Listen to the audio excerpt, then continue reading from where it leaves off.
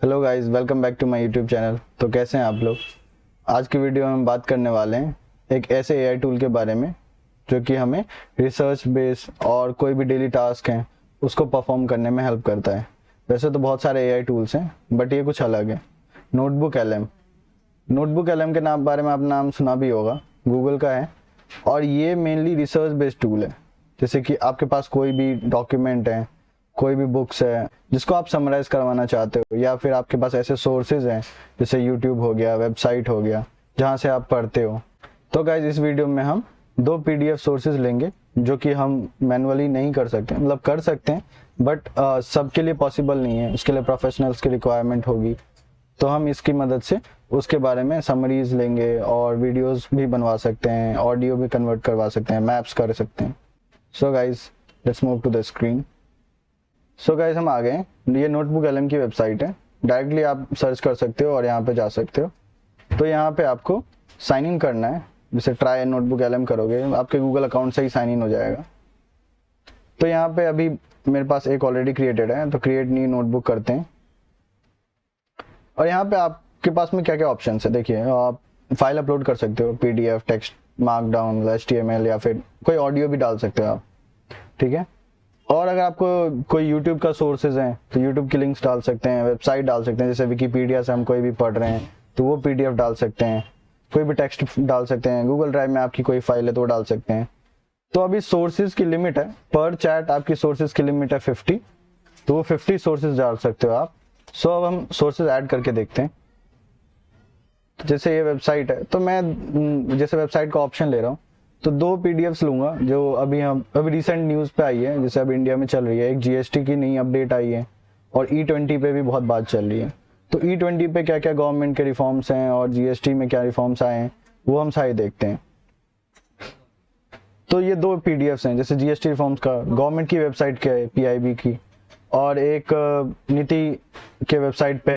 So guys इस website को ले लेते हैं जो E20 के बारे में, और एक और सोर्स ले लेते हैं जो कि हमारा जीएसटी रिफॉर्म्स के बारे में। ये दोनों सोर्सेज को ऐड कर लेते हैं, दोनों को थोड़ा रीड करेगा, एनालाइज करेगा।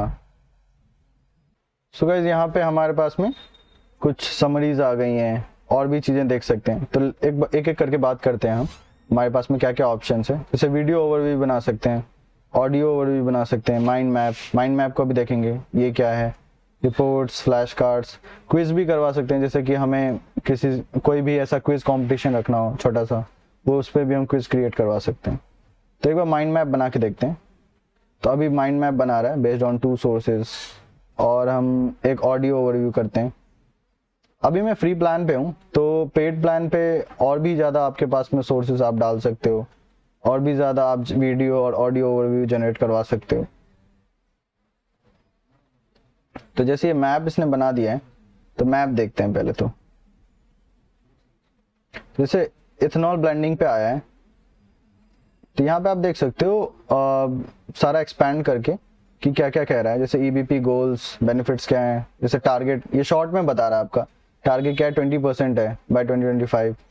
इकोनॉमिक बेनिफिट्स देखिए, जैसे $4 बिलियन सेव करेगा पर एनम, और ये जितनी भी सारी चीज़ें हैं आप एक्सपैंड करके देख सकते हो। और क्या है, E20 roll out plan, E10 availability है, E20 फेज रोल आउट, ये सारी जितनी भी आप हैं आप इसको एक्सपैंड करके देख सकते हो। तो ये माइंड मैप है E20 पे। नेक्स्ट हम देखते हैं, तब तक हमारे पास में ऑडियो ओवरव्यू जनरेट हो रहा है, तब तक हम एक बार जीएसटी पे भी देख लेते हैं, जो मैंने ऑलरेडी एक बार जनरेट करवाया था वहां से हम चेक कर लेते हैं एक बार माइंड मैप उसके जीएसटी का।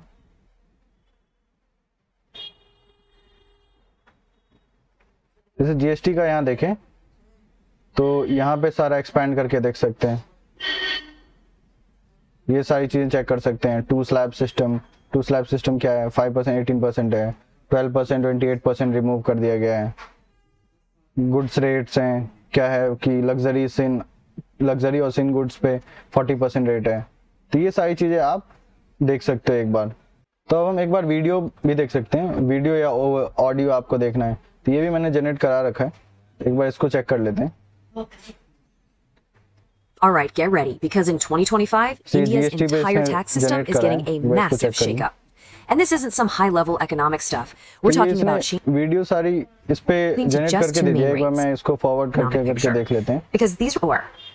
I think this quote from Hemant Jain just ये sums भी up the बहुत whole vision summarize में दे perfectly. देता है। He says it's a big step for the ease of doing business, but it also takes care of the basic needs of the common person. और audio format में भी है। Pretty fundamental changes.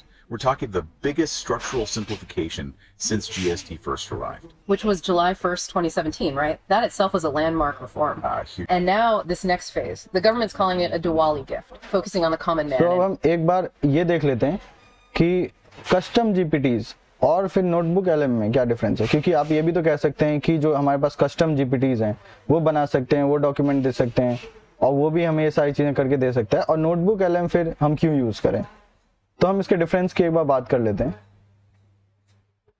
तो इसमें difference जो primary features हैं, input data है, ये सारी मैंने कंपेरिजन यहाँ पे क्रिएट कर रखा है।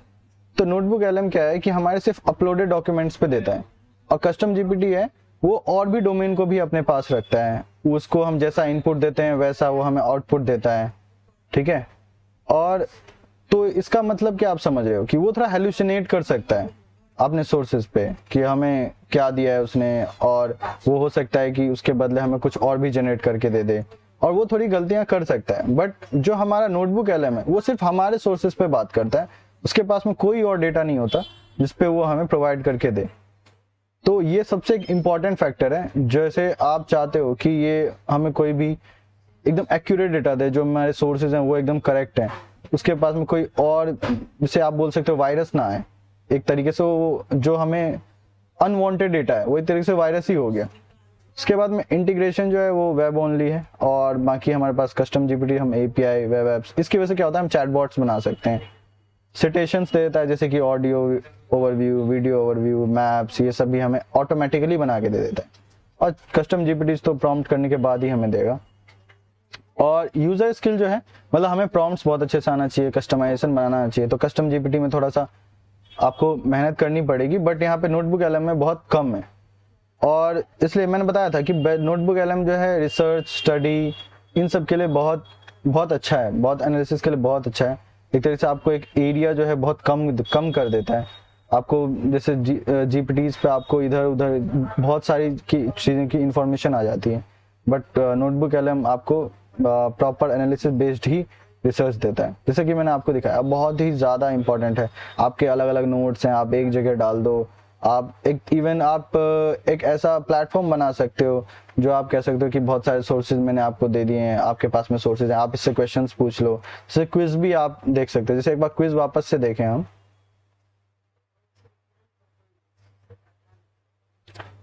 क्विज ओपन करके देख लेते हैं। जैसे देखो यहाँ पे इसने क्विज क्या दिया है कि एक क्वेश्चन पूछ दिया इसने कि कौन से टू स्लैब स्ट्रक्चर्स जो हैं गूगल फॉर्म्स के, सिंप्लीफाइड करें, और भी बहुत सारे क्वेश्चंस इस पे आ सकते हैं। तो ये गेम भी आप खेल सकते हो, और इससे आप अपनी नॉलेज को भी बहुत इन्हांस कर सकते हो कि आपको पता हो कि मतलब कि आपने जो पढ़ा है, जो इसने हमें इन्फॉर्मेशन दिया, आप पे उसको अच्छे हो गए हो, फ्रेश हो गए हो या नहीं। सो गाइस, आज हमने देखा कि नोटबुक एलएम के बारे में, कि नोटबुक एलएम कितना ज़्यादा हमारे लिए एनालिसिस के लिए बहुत बेहतर है, कितना प्रोजेक्ट्स के लिए बहुत अच्छा है, रिसर्चिंग के लिए बहुत अच्छा है। सो गाइस, आप सोच सकते हो कि बहुत सारे वेबसाइट्स जो होते हैं एआई असिस्टेंट बना देते हैं, उससे हम कुछ भी क्वेश्चन पूछते हैं तो वो हमें उस वेबसाइट पे क्या हो रहा है। तो ये एआई चैटबॉट्स जो हैं ये कस्टम जीपीटीज को भी यूज़ करती होंगी, जिसके ऊपर वो क्या करता होगा कि अपने वेबसाइट की डॉक्यूमेंटेशंस दे देता होगा, और उस डॉक्यूमेंट्स को पढ़ के और कस्टम जीपीटी ट्रेंड हो जाता होगा, उसी के बेसिस पे हमें आंसर करके देता है। तो मैं आने वाली वीडियो में एक बार मैं ये चैटबॉट भी बना के दिखाने वाला हूँ कि ये चैटबॉट कैसे बना सकते हैं कि हम अपने ही वेबसाइट पे, जो भी हमारा वेबसाइट काम करता है, जो भी हमारे ऐप्स काम करते हैं, वो उसी के क्वेश्चंस के आंसर दें, उस पर जो भी यूजर्स क्वेश्चंस पूछना चाहे तो उसके रिलेटेड ही दे, ना कि और भी अदर आंसर्स उसको, या और भी कोई ऐसी इंफॉर्मेशन ना मिल जाए जो हम नहीं चाहते या जो हमारे ऐप पे अवेलेबल ना हो। तो ये भी हम कस्टम जीपीटीज या फिर नोटबुक एलएम के थ्रू कर सकते हैं। तो गाइस, आज के वीडियो के लिए बस इतना ही। Thank you.